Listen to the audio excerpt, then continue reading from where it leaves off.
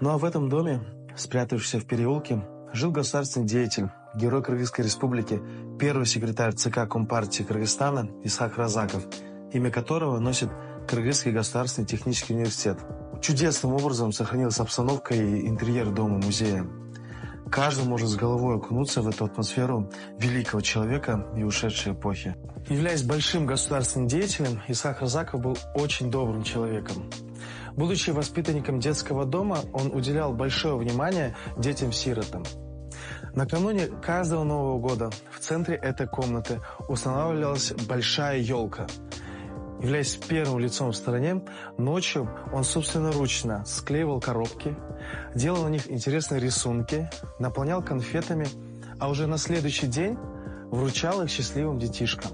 Собственно, на одной из этих картин вы можете увидеть один из таких утренников.